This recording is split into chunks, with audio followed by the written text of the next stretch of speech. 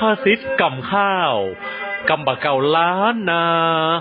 ภูมิพยาคนเมืองวันนี้เสนอกำว่าฟังได้บอดีเอา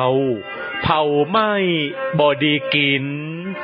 คติก่อนสารโบราณสอนย้ำฟังล้ำฟ้าวล้ำจ้างบ่เป็นผล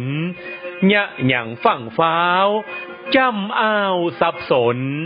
อนละวนสับเหนือสับใต้บะเล่เกกังยะหยั่งฟังได้ฟังล้ำไปพาดพังปอหายปอดีมีว่างพักยั้งเป็นตอนเป็นบังเตรียมแยงเตะเตรียมแต่เกานึ่งเข้าหุงแกงคาบเจ้าตอนแรงของกินของด้อยฟังเต็มทีบอดีสักหน่อยล้านไม่ไน่กอยนอกลิ้นลวดเลยเสียของจำต้องขว้างทิ้งบ่เป็นแก่นแก้วแนวลายยะหยั่งฟังล้ำเพียงพำเสียหายลูกหลานยิงใจจำไว้เนอเจ้าสุกล้ำไม่ล้ำบ่เป็นดีกินลูกหลานใจยิงจำไว้เนอเจ้า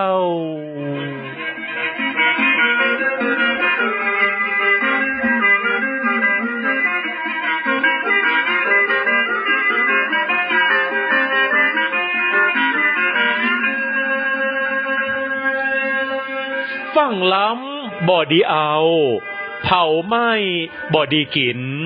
ความหมายบ่มีความพอดีหรือว่าเกินความพอดีอุปมาเหมือนดั่งโบราณสอนไว้ว่า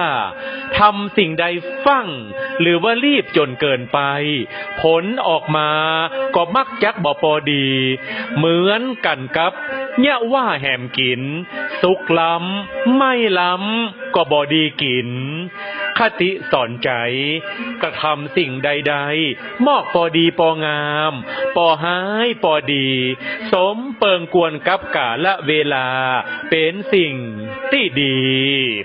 สุภาษิตกำข้าวกำบะเก่าล้านนาภูมิพญาคนเมืองนำเสนอโดยเครือข่ายภูมิแผ่นดินปิ่นล้านนา